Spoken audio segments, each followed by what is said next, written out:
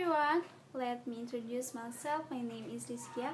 I'm sure you already know what I want to do. I'll explain how to make an inflammatory medicine that can also be used for herbal cook medicine with basic ingredients of lemon, tea, and honey. And let's watch the video.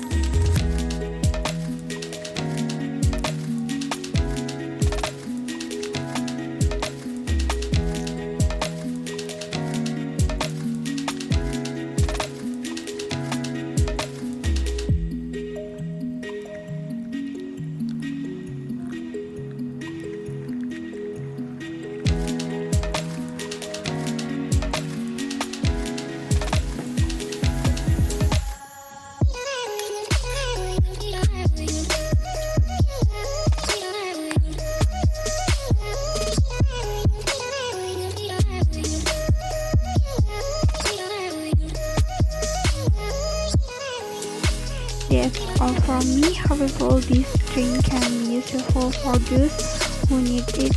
Thank you for watching, guys. See you.